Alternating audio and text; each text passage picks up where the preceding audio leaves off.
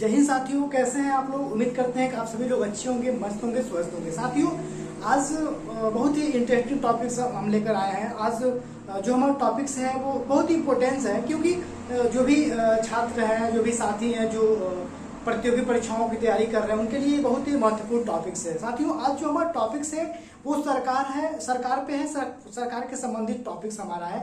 तो आइए हम लेट न करते हुए अपने टॉपिक्स को स्टार्ट करते हैं। जो हमारा टॉपिक्स है, हेडिंग हमारा है सरकार, यानी गवर्नमेंट। गवर्नमेंट होता क्या है उसके बारे में हम जान लेते हैं। गवर्नमेंट क्या है कि राज्य की इच्छाओं को पूर्ति करने वाला संगठन सरकार कहलाता है। ठीक है ना। सरकार क्या होता है कि किसी भी राज्य के लिए उनकी जो इच्छाएं हैं उनको आवश्यकता अनुसार पूर्ति करता है एक संगठन है, उसको हम राज्य कहते हैं। ठीक है ना। ये सरकार के अंग के बारे में हम जान लेते हैं। सरकार के अंग क्या होता है। सरकार का अंग क्या होता है। सरकार का 3 अंग होता है। पहला कौन होता है कि व्यवस्थापिका, कार्यपालिका और न्यायपालिका। ठीक है ना। हमारा 3 होता है। पहला क्या है, व्यवस्थापिका, कार्यपालिका और न्यायपालिका। हम ये जान लें कि कार्यपालिका क्या है, व्यवस्थापिका क्या है, न्यायपालिका क्या है, ये कौन से कार्य करते हैं, ये किस लिए है, इसके बारे में हम सबसे पहले जानेंगे। तो सबसे पहले हम जानेंगे व्यवस्थापिका। यह व्यवस्थापिका क्या है। तो ये क्या होता है कि देश के लिए कानून का निर्माण करना। ये जो व्यवस्थापिका है वो किसी भी देश के लिए क्या होता है, ये कानून का निर्माण करता है। जो हमारा कार्यपालिका है, कार्यपालिका क्या करता है। कार्यपालिका का कार्य है कि कानून को देश में लागू करना एवं शासन चलाना। जो कार्यपालिका है उसका जो कार्य है, उसका ये कार्य है कि कानून को क्या करता है, वो देश में लागू करता है और उस कानून, उस नियम के अकॉर्डिंग उस देश को क्या करता है, वो चलाता है। ठीक है ना। और शासन करता है। न्यायपालिका दोस्तों क्या होता है। न्यायपालिका हमारा ये होता है कि कानून वाले को सजा देना। यदि कोई ये क्या होता है कि कानून वाले को सजा देना। इसके नीचे हमारा क्या है कि इसके नीचे हमारा लिखा गया है कि संविधान की व्याख्या अगर कोई प्रश्न उत्पन्न होता हो, संविधान की व्याख्या अगर कोई प्रश्न उत्पन्न करता है तो संविधान का व्याख्या करके उस प्रश्न का निवारण करता है। यदि संविधान में कोई प्रश्न उत्पन्न होता है तो वो क्या करता है, न्यायपालिका, वो उस प्रश्न को क्या करता है कि उस प्रश्न को व्याख्या करने के साथ साथ उस प्रश्न का उत्तर देता है और वो निवारण करने का कार्य करता है। ठीक है साथियों, ये हमारा जो आज हेडिंग है, कुछ ये जो हमारा मुख्य पॉइंट्स है, स्टार है, ये हमारा फर्स्ट स्टार क्या कह रहा है कि किसी भी सरकार के 3 अंग होते हैं। सबसे पहले हमने ये बताया है कि किसी भी सरकार के 3 अंग होते हैं और आपके सामने ये दिया भी है। सेकंड जो कह रहा है कि भारतीय संविधान के अनुच्छेद 1 में, यानी भारतीय संविधान जो हमारा है, कॉन्स्टिट्यूशन है, इंडियन कॉन्स्टिट्यूशन के अकॉर्डिंग भारतीय संविधान के अनुच्छेद 1 में कहा गया है कि क्या कहा गया है कि भारत राज्यों का एक क्या है, एक संघ है। जो भारत हमारा देश है वो क्या है, वो एक जितने भी हमारे भारत में राज्य हैं उन सभी राज्यों का क्या है, वो एक प्रधान है। वो भारत नेतृत्व करता है। ठीक है साथियों। इसके बाद और भी हम देखते हैं, एक बार इसको अच्छे से देख लीजिए आप।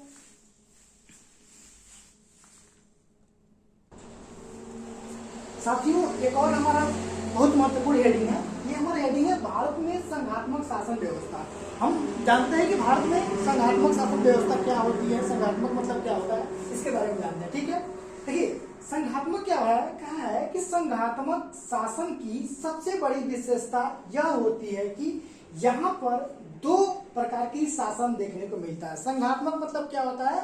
संघात्मक मतलब ये कह रहा है कि संघात्मक शासन की सबसे बड़ी उपलब्धि, सबसे बड़ी विशेषता यह है कि यहाँ पे क्या होता है कि 2 सरकार देखने को मिलता है, 2 शासन व्यवस्था को देखने को मिलता है। ठीक है। पहला क्या है, पहला हमारा यह है कि एक सरकार वह होती है जो केंद्र में रहकर पूरे राज्यों अर्थात संपूर्ण राज्यों के लिए क्या करती है, वो कानून व्यवस्था बनाने का कार्य करती है। पहला जो राज्य हमारा है, पहला जो सरकार हमारा है, पहला सरकार वह सरकार होती है कि वो क्या होती है, वो भारत के जितने राज्य हैं अर्थात जो वो केंद्र में रहती है, वो केंद्र में क्या करती है, पूरे राज्यों को क्या करती है, राज्यों पर शासन व्यवस्था चलाती है, उस पर नियम बनाती है। ठीक है। और दूसरा जो हमारा है, दूसरी सरकार वह होती है जो केवल प्रांतों अर्थात राज्यों, प्रांत मतलब राज्य, ठीक है ना, कह रहा है कि दूसरी सरकार वह होती है जो प्रांतों अर्थात राज्यों में रहकर वहां की कानून व्यवस्था बनाने के साथ साथ उस राज्य पर शासन चलाती है। ठीक है। तो पहला हमारा ये हो गया कि संघात्मक मतलब क्या होता है, संघात्मक क्या होता है कि उसमें दो हमारी सरकार देखने को मिलता है, एक जो केंद्र में रहकर पूरे भारत पर शासन करता है, पूरे भारत की शासन व्यवस्था देखता है, नियम बनाता है, और दूसरा क्या होता है कि जो भारत के छोटे छोटे जो क्या होते हैं अंग है यानी राज्य हैं उस पर शासन चलाता है, ठीक है ना। अब हम चर्चा करेंगे केंद्र सरकार और राज्य सरकार। केंद्र सरकार कैसे होता है, उसके कैसे अंग होते हैं, राज्य सरकार कैसे होता है, उससे कैसे अंग होते हैं, तो इस पे हम चर्चा करते हैं बहुत डेप्थ से। आइए और हम देखते हैं, एक बार उसको अच्छे से देखिए। दोस्तों ये हमारा पहली सरकार है, ठीक है ना। पहली सरकार क्या है, पहली सरकार क्या कहते हैं, पहली सरकार को हम संघीय भी कह सकते हैं, केंद्रीय भी कह सकते हैं, या भारत की सरकार भी कह सकते हैं, ठीक है। तो इसके पहले हमने बता चुका है कि भारत सरकार हो या किसी भी राज्य की सरकार हो, उसकी 3 अंग होती है, ठीक है ना। तो ये जो केंद्र की सरकार है यानी भारत की सरकार है, इसकी भी 3 अंग है, व्यवस्थापिका, कार्यपालिका, न्यायपालिका। तो व्यवस्थापिका में कौन आते हैं, कार्यपालिका में कौन आते हैं, न्यायपालिका में कौन आता है, इसमें हम समझते हैं। व्यवस्थापिका में क्या होता है, व्यवस्थापिका में संसद आता है, ठीक है ना। व्यवस्थापिका में क्या होता है, संसद आता है। हम जानते हैं कि हमारा संसद 2 है, ठीक है ना। हमारा जो संसद है वो 2 है, कौन है, एक लोकसभा है और एक राज्यसभा है, लोकसभा और एक राज्यसभा। हालांकि हम जानते हैं कि संसद के 2 सदन होते हैं, एक लोकसभा और एक राज्यसभा, ठीक है। और ये हमारा कार्यपालिका है। कार्यपालिका में कौन कौन आते हैं, कार्यपालिका में ये राष्ट्रपति आते हैं, उपराष्ट्रपति आते हैं, ठीक है ना। ये हमारे राष्ट्रपति आते हैं, उपराष्ट्रपति आते हैं, और ये प्रधानमंत्री आते हैं, और प्रधानमंत्री के ये जो मंत्री परिषद होते हैं वो आते हैं।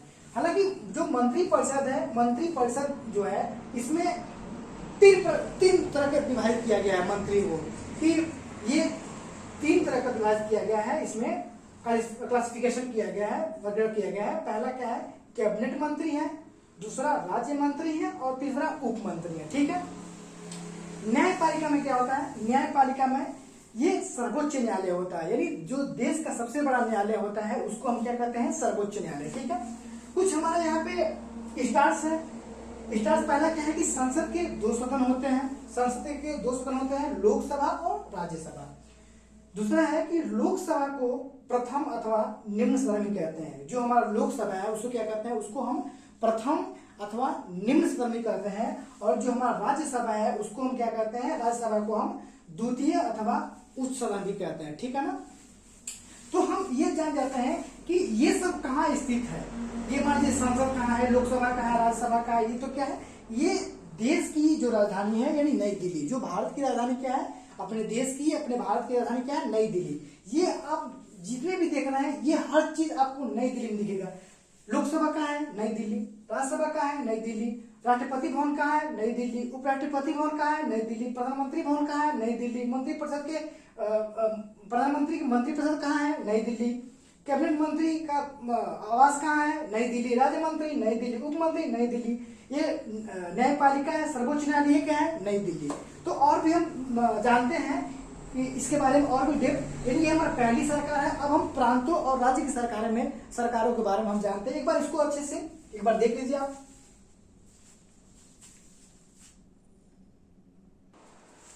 दोस्तों ये जो हमारा जो पहली सरकार हमने बताया था, जो पहली सरकार हमारी थी, उसके जो मुख्य नोट्स थे, ये हमारे कुछ बहुत इंपोर्टेंट नोट्स हैं। पहला हमारा क्या है, स्टार।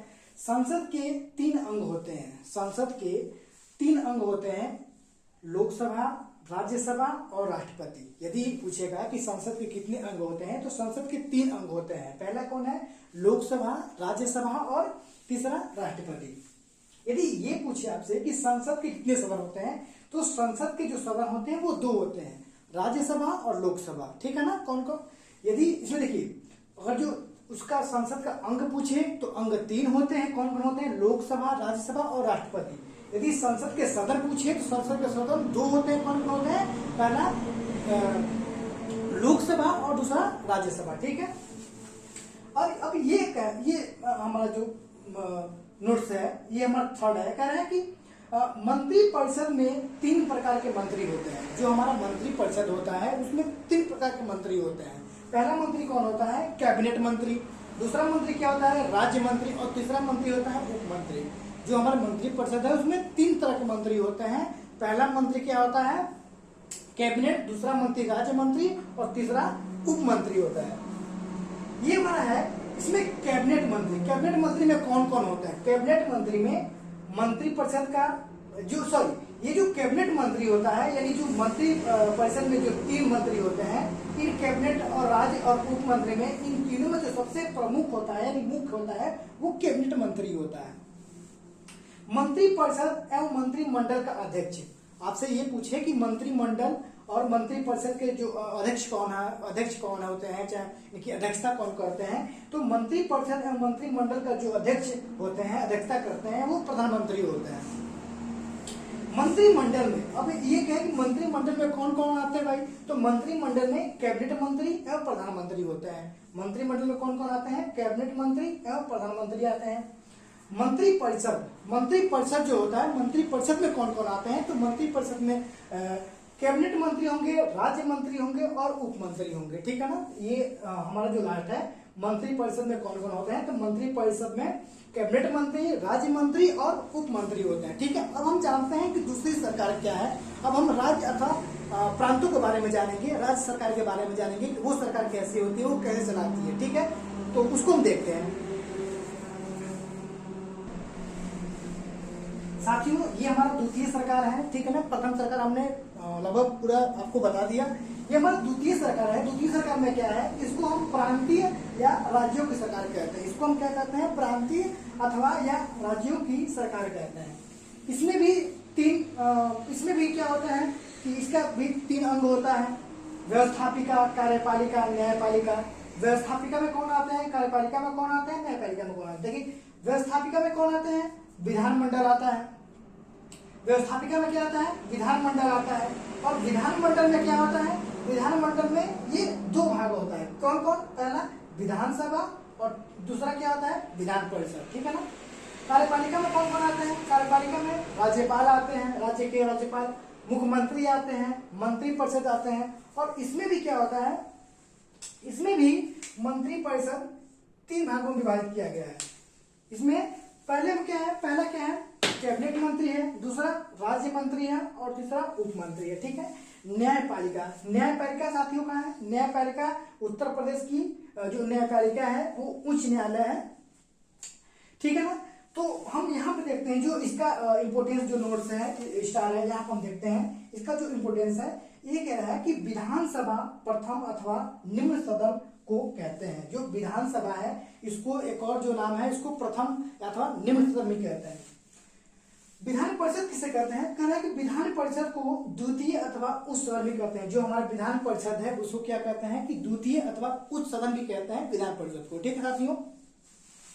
उसके बाद हमारा है कि देखिए ये जो न्यायपालिका है, यदि देखिए उत्तर प्रदेश की राजधानी क्या है, उत्तर प्रदेश की राजधानी लखनऊ है, ठीक है ना।